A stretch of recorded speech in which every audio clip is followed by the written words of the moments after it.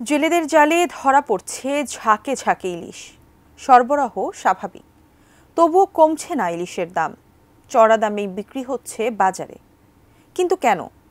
সংশ্লিষ্টরা বলছেন, ইলিশের পেছনে রয়েছে মাফিয়া চক্রের গুপ্তজাল। এই চক্রের এক হোতা হলেন সাবেক আওয়ামী লীগ নেতা বরিশালের নীরব হোসেন টুটুল, যিনি ভারতে বসেই বরিশালের ইলিশের বাজার নিয়ন্ত্রণ করছেন। সেখানকার মৎস্য সেক্টর তার কাছে জিম্মি। আরও জানাচ্ছেন এসআই রাজ। মাছের রাজা ইলিশ। পদ্মার ইলিশের কথা ভাবতেই অনেকের জিভে জল চলে আসে, কিন্তু দাম সাধারণ মানুষের নাগালের বাইরে। এ কারণে অনেকের কাছেই অধরা থেকে যায় এ মাছের স্বাদ, অথচ উৎপাদন ও সরবরাহের কোনো কমতি নেই। তাহলে প্রশ্ন ওঠে, দাম এত বাড়তি কেন? সংশ্লিষ্টরা বলছেন, দাদন আড়তদার চক্রের কারণেই এমন পরিস্থিতির সৃষ্টি হয়েছে। জেলের হাত বদল হলেই ইলিশের দাম বাড়ে দ্বিগুণের চেয়েও বেশি। এদিকে ৫ আগস্ট আওয়ামী লীগ সরকারের পতনের পর ওই দিনই ভারতে চলে যান বরিশাল মহানগর আওয়ামী লীগের শিল্প ও বাণিজ্য বিষয়ক সম্পাদক নীরব হোসেন টুটুল। সশরীরে ভারতে থাকলেও এই আওয়ামী লীগ নেতার নিয়ন্ত্রণে বরিশালের ইলিশের বাজার। সেখানে বসেই তিনি এখানকার মৎস্য সেক্টর জিম্মি করে রেখেছেন। জানা গেছে, তার ৫টি লাইসেন্সের মাধ্যমে আসন্ন দুর্গাপূজা উপলক্ষে ভারতে ইলিশ রপ্তানি করা হচ্ছে। ব্যবসায়ীদের অভিযোগ, ইলিশ রপ্তানির সরকারি দর প্রতি কেজি ১,১৯০ টাকা হলেও বরিশাল থেকে এলসি সাইজের ইলিশ কেনা হচ্ছে ১,৭০০ টাকায়। ভারতে বসে টুটুল এসব কলকাঠি নাড়াচ্ছেন বলে অভিযোগ ব্যবসায়ীদের।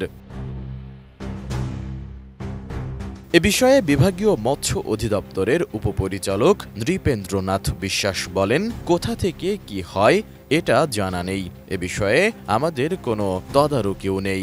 সরকারি দর ১,১৯০ টাকা সত্ত্বেও বরিশাল থেকে ১,৭০০ টাকায় প্রতি কেজি ইলিশ কিনে কিভাবে ব্যবসা করে রপ্তানিকারকেরা, এমন প্রশ্নে তিনি বলেন, বিষয়টি আসলেই অস্বাভাবিক। অফার, যে কোনো ব্র্যান্ডের পুরনো ফ্রিজ নিয়ে চলে আসুন ভিশন শোরুমে আর নিয়ে যান নতুন ভিশন ফ্রিজ 20% পর্যন্ত ছাড়। স্থানীয় মৎস্য ব্যবসায়ীরা জানান, রপ্তানিযোগ্য ইলিশ এবারও টুটুলের প্রতিষ্ঠান এলসি করছে। রপ্তানি করার জন্য প্রচুর ইলিশ মজুত করেছেন তার অনুসারীরা। টুটুলের ৫টি লাইসেন্সের বিপরীতে ইলিশ রপ্তানি করা হচ্ছে ভারতে।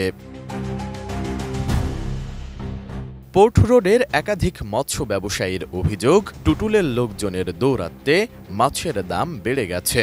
বিগত সময়ে টুটুল সাদিকের প্রভাবে জেলেদের কম দামে ইলিশ বিক্রিতে বাধ্য করায় বরিশাল পোর্ট রোডে ইলিশের বোট আসা অধিকাংশে কমে গেছে। তার দাপটে অন্য ব্যবসায়ীরা ইলিশ রপ্তানি করতে পারতেন না। তারা জানান, বরিশাল নগর বিএনপির অফিস পোড়ানোর মামলার আসামি টুটুল, অথচ ভারতে বসে নিয়ন্ত্রণ করছেন সেখানকার ইলিশ ব্যবসা।